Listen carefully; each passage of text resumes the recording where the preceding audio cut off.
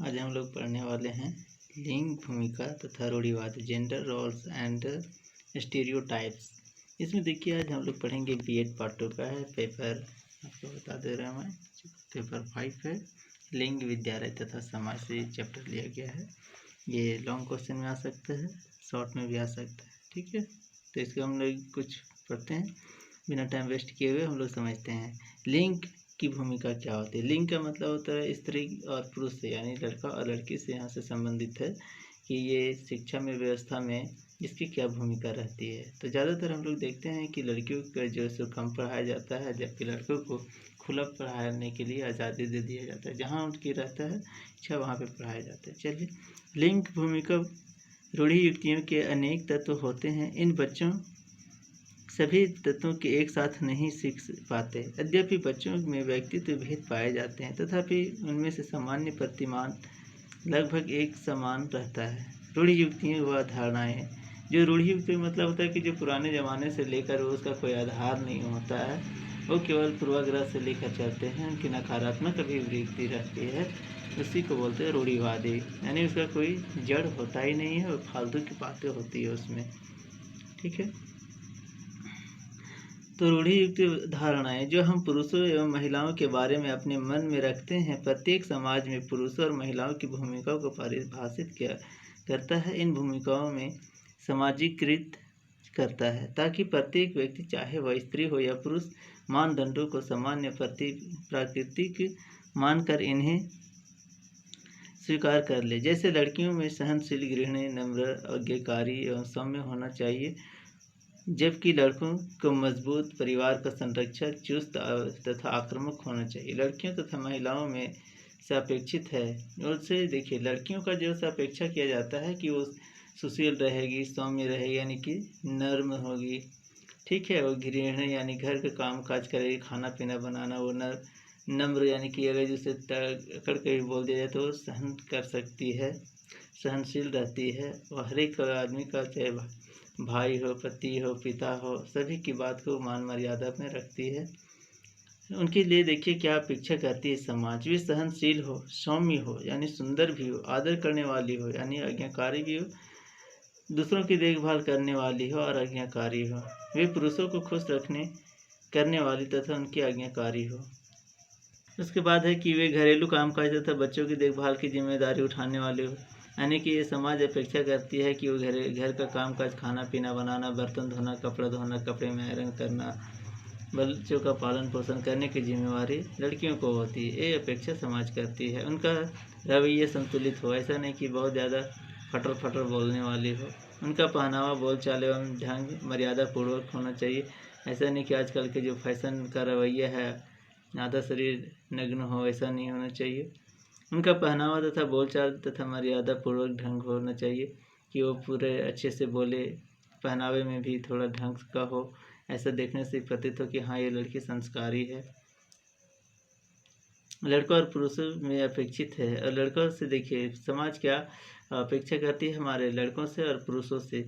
ये परिवार के महत्वपूर्ण फैसले लेते हैं। परिवार में जो कुछ भी है, घर बनाना हो, शादी करना हो, कहीं बच्चों का नाम लिखवाना हो, कहीं घर की लड़कियों को या महिलाओं को भेजना हो या पढ़ाने के हो, तो सारे जिम्मेवारी उसका जो फैसले होते हैं, डिसीजन होता है, वो लड़के लेते हैं।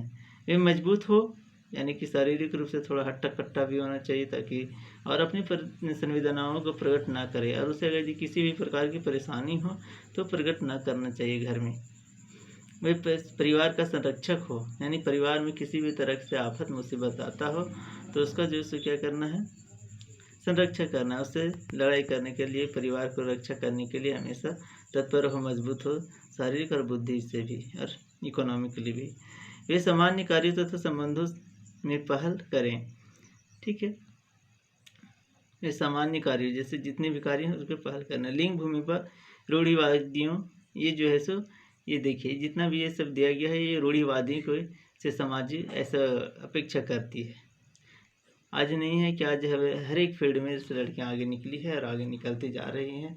चाहे पुलिस का, पहले क्या था कि पुलिस में लड़कियां भर्ती नहीं होती थी, लेकिन आज के दौर में आप देखेंगे कि लड़कियां पुलिस में भी भर्ती होने लगी हैं। लिंग भूमि का रूढ़ि युक्तियों के तथा का लड़के तथा लड़कियों पर गहरा प्रभाव पड़ता है, जिनका वर्णन इन प्रकार है। देखिए, लड़का और लड़कियों से जो है बहुत ज़्यादा आहत होती है समाज में, और इसका जो है सो देखिए कैसे यहाँ पे डिस्कशन किया हुआ है। पॉइंट नंबर 1 में हम लोग देखते हैं, बहुत से समाज महिलाओं तथा लड़कियों की तुलना में पुरुषों तथा लड़कों से ज़्यादा महत्व देते हैं। बहुत से ऐसे समाज हैं जहाँ पे महिलाओं और लड़कों की तुलना में यानी कि लड़कों को ज़्यादा इम्पोर्टेंस दिया जाता है। उन्हें खुला छोड़ दिया जाता है, कहीं भी पढ़ने के लिए जाते हैं जाने दिया जाता है, रात में कितना बजे आते हैं आने दिया जाता है। जबकि लड़कियां अगर यदि शाम ढलते यदि घर नहीं आती तो उन पर न जाने कितने प्रकार के बात बोलने जाते हैं। वैसे लड़कों को भी होना चाहिए, ठीक है भाई, लड़कियों को अगर आप डिसिप्लिन में रख रहे हो तो लड़कों को भी डिसिप्लिन में रखा जाए। उसके बाद आता है, हमारे देश में लड़कियों की छोटी आयु में शादी हो जाने से जल्दी माँ बन जाती है। ये भी बात सही है। हमारे यहाँ पे जो है लड़कियों को कम उम्र में 20-22 साल की आयु में उनका जो सो शादी कर दिया जाता है। ज़्यादातर देहात में जो है सो गांव के लोगों में 16, 17, 18 साल की आयु में। उसके बाद जो देखिए, लड़कियों को कम उम्र में जो सो शादी कर देने के चलते क्या होता है, उसका कम उम्र में ही शादी कर देने से जल्दी माँ बन जाते हैं, जिसके चलते वो अपने घर परिवार में उलझ जाती है बच्चों। लड़कियों के स्वास्थ्य तथा लड़कों के स्वास्थ्य में कम ध्यान दिया जाता है। ये भी समाज में देखा गया है कि लड़कों के जैसे खान पान पर विशेष ध्यान दिया जाता है। खा लो बेटा बाबू सोना करके, बेटी यदि खाए तो खाए, ना तो जाओ सो, कोई दिक्कत नहीं है। लड़कियों के लिए पढ़ाई करना अनिवार्य नहीं माना जाता है, जबकि लड़कों को शिक्षा के लिए प्राथमिकता दी जाती है। ऐसा भी देखा गया है कि लड़कियों को जो है पढ़ना कोई ज़रूरी नहीं, पढ़ो तो वे मैट्रिक तक पढ़ लिया, इंटर पढ़ लिया, काफ़ी है, इनफ है। जबकि लड़कों को जितना पढ़ना चाहे वो matric, graduation, MA, BA, B.Ed और इंजीनियरिंग, डॉक्टरी, तो ऐसा कर छोड़ दिया जाता है लड़कों को, जबकि लड़कियों को ऐसा नहीं है।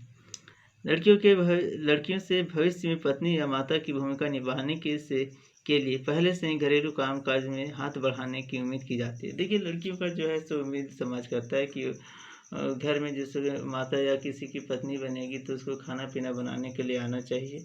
इसीलिए उस यानी कि जहाँ पैदा होती है लड़कियाँ, उसकी माँ ही उसको इस सब काम के लिए एक्सपर्ट कर देती हैं, खाना पीना बनाने के लिए। लड़कियों या महिलाओं को ज़मीन जायदाद विरासत में नहीं मिलते, वे ऐसे जायदाद पर स्वाभाविक हक नहीं जमा सकती, न ही अपनी मर्जी से तलाक ले सकती हैं। कुछ संस्कृतियों में तलाक के बाद बच्चों की सुरक्षा का अधिकार अपनी मर्जी से नहीं मिलता। हमारे समाज में जो है सो देखिए, लड़कियों को जो सो ज़मीन जायदाद जितने भी हैं, अगर जिनका जहाँ शादी होता है उस ज़मीन जायदाद पर वो अपना हक जमाती है, जबकि अपने पिता की ज़मीन जायदाद पर उसका हक नहीं जमा सकती हैं। अभी भी हमारे इसमें चल रहा है। और अपनी मर्जी से तलाक नहीं ले सकती हैं। अगर पति उसको कितना भी प्रताड़ना करे, वो अपनी मर्जी से तलाक नहीं ले सकती हैं, जबकि लड़कियों से तलाक दे देते हैं।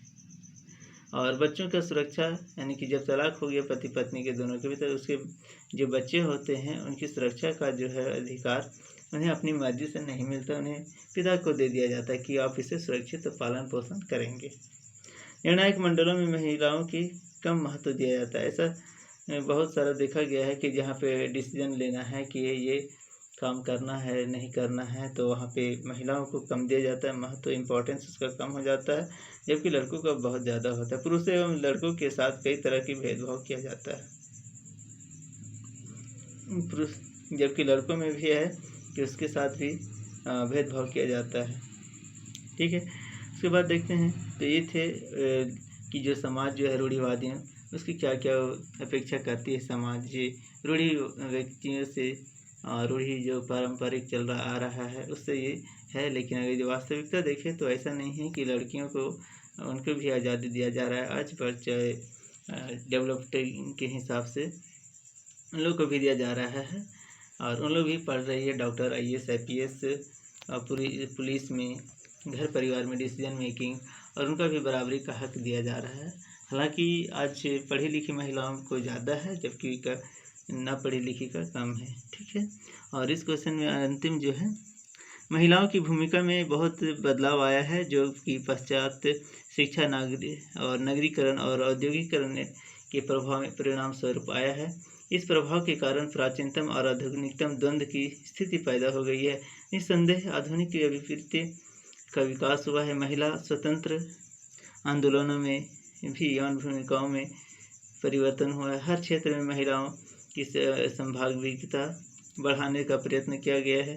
कई कानून और प्रावधान भी किए गए हैं, और जैसे पंचायती राज महिलाओं के कल्याण के लिए निर्मित संस्थान, महिला सशक्तिकरण के लिए बनी योजनाओं के नाम पर और यौन भूमिकाएं प्रभावित हुई हैं। सरकारी संस्थाओं के साथ साथ गैर सरकारी संस्थाओं में भी ऐसे प्रयास किए जा रहे हैं। देखिए, जितना भी प्राइवेट सेक्टर और गवर्नमेंट सेक्टर सभी में जैसे महिलाओं को जैसे विशेष आरक्षण दिया जा रहा है, उनको नौकरी के लिए और उनकी रख रखाव सुरक्षा के लिए विशेष ध्यान दिया जा रहा है ना। तो इस प्रकार से हम लोग देखते हैं कि रूढ़िवादी जो है हमारे समाज में वो धीरे धीरे अब खत्म होने की कगार पे है। चलिए, बहुत बहुत धन्यवाद हमारा इस वीडियो को देखने के लिए, और दिल की गहराइयों से आप सबको नमस्कार।